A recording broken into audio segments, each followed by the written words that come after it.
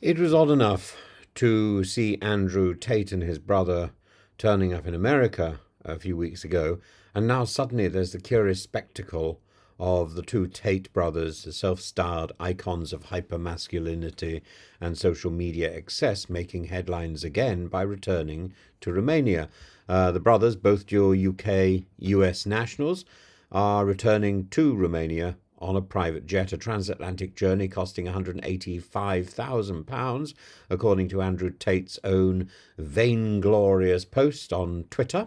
His message to his 10.8 million followers was as theatrical as it was defiant. Innocent men don't run, they clear their name in court. And so begins the next act in a legal and reputational saga that is as polarizing as it is grotesquely captivating.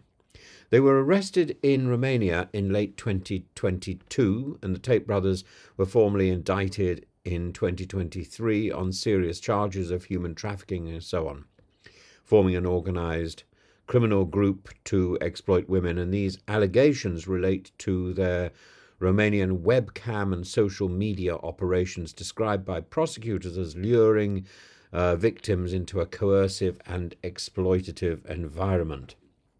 In August 2024, a second investigation was launched, and this time involving allegations of trafficking minors, influencing witnesses, and money laundering, and a travel ban confined the Tates to Romania until February 2025, when it was controversially lifted, allowing their brief and highly publicised jaunt to Florida, itself the site of yet another unfolding legal investigation against them, and now they return under judicial control. This means they've remained formally bound to Romania, must report regularly to the authorities, and face preventative arrest if they fail to comply. It's worth noting that the original case brought by Romanian prosecutors has hit procedural snags. A Bucharest court ruled in December 2024 that irregularities, legal missteps by prosecutors, meant the case couldn't proceed to trial, but it was not dismissed. It remains active, live, and legally unresolved. The Tate's legal team has lent heavily on this technicality, interpreting it as a vindication. And in the court of public opinion, particularly among their online disciples, the narrative has morphed into that of political martyrdom. And the Tate brothers claim that they are targeted not because of evidence, but because they are disliked by the establishment.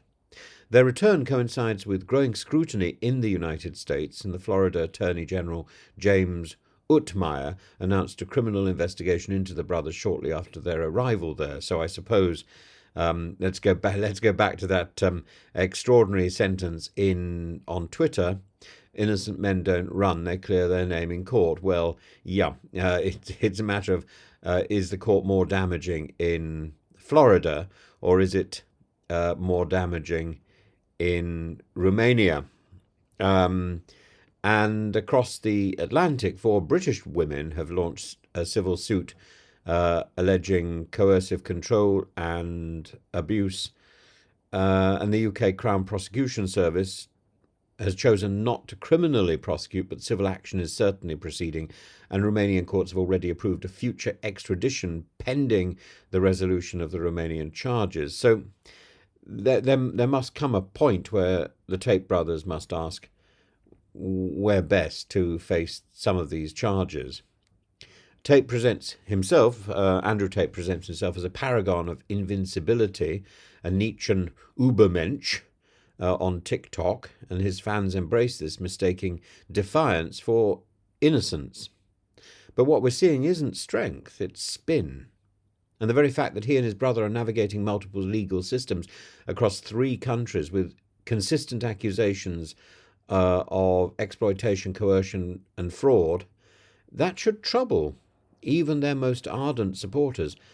Tate's rhetoric that innocent men don't run is less a legal axiom and more an exercise in branding. One must remember, returning to Romania was not a voluntary gesture of nobility, but a legal obligation under the conditions of his judicial control. And beyond the courtrooms, this is a story about the vacuum left by collapsing male role models and the easy appeal of theatrical dominance. Tate's success is predicated not on logic or virtue, but algorithmic virality. weaponized bravado wrapped in the aesthetics of luxury, of control and contempt for empathy. And his followers may see a crusader. Critics will see a symptom of the digital age's moral entropy. One might say the internet created Andrew Tate. But what's more concerning is that millions have watched him. And the Tate brothers now return to Romania not in triumph but under obligation, and their boasts, their bravado, their jets, their declarations cannot obscure the fact that they remain very much on trial in multiple senses of the word. Innocent men don't run, says Andrew Tate, perhaps, but guilty men don't always need to. Let's wait, not for his next post, but for the verdict.